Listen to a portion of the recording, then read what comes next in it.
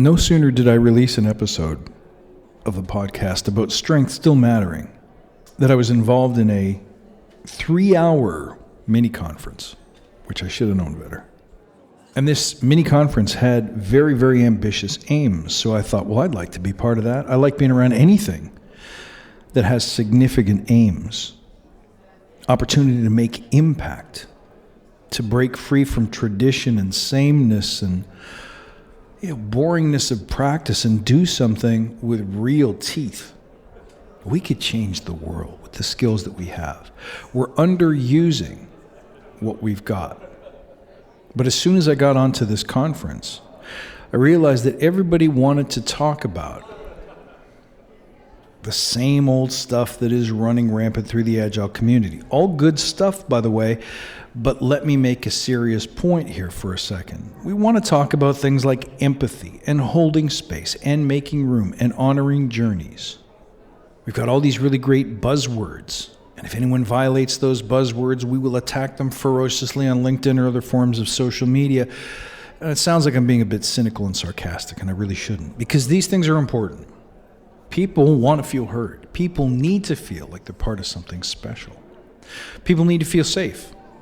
People need to be included. Things need to be fair. But all of those things added up and summed up and put in one pretty little package with a bow on it will not make change. Change gets made by envisioning an outcome, seeing it clearly, and deciding that, yes, we can do it. This belongs to us. We don't know how we're going to do this, and it is definitely scary.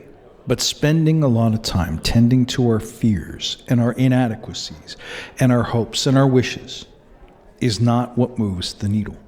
You know how I know? Because when we finished the 3 hours, do you know what we had to show for it? Nothing. 0 decisions, except to have another one of these meetings. 0 conquest. Nothing determined, no commitments, nothing definitive. No hell yeah or hoo-yah or let's move forward, let's do this, let's get this done. By all means necessary, don't know how, burn the boats. None of that stuff was there. Simply a celebration of having been heard and saying what we feel and saying what we wish and polishing it off with words like, yeah, this is complex. This is going to take some thinking. This is big. This is really big. Those things, my friend, are not action. And this, I think, is the tragedy of modern Agile. When you put a bunch of us together in a room, this is the best we can come up with. Commitment to have another meeting. And then the worst part is, we turn around and look at people who do the same thing, just not on a Saturday, but on a weekday. Create a 3-hour meeting with no concrete outcomes, no movement forward, no commitments, no promises, no schedule, no nothing. Nothing except an agreement to plan or to book the next meeting, or to take the feedback from this meeting. We point our fingers with judgment and say, how dare you waste our time? It's a well-known secret that meetings are the most common scapegoat for why people can't be productive. Why? Because we assemble, we 10x the amount of effort and energy that a person would normally be spending by bringing 10 people into the room, 20 people into the room, where nothing gets done. Most people are half checked in, they're not contributing, we're not committing to bold, ambitious goals because we're afraid to. And then when the meeting's over, we roll our eyes and we shake our heads, and then what do? We book a weekend conference that does exactly the same thing.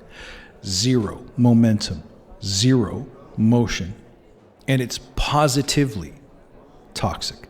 Where are the Agile champions? Where are the people who understand that nothing happens until you do? There is no plan, there is no study, there is no someday, there is no maybe, there is only do. If you want to see it, if you want to be it, you have to do it. And if nobody else will go first, then you. When I've met someone who does that, someone who goes when nobody else will, somebody who goes in the absence of enough information, somebody who goes in the absence of certainty or safety, then I'm staring down the barrel of a real Agile leader, a true badass. But we, in the aggregate, simply don't do it. Test my theory. Go look and see.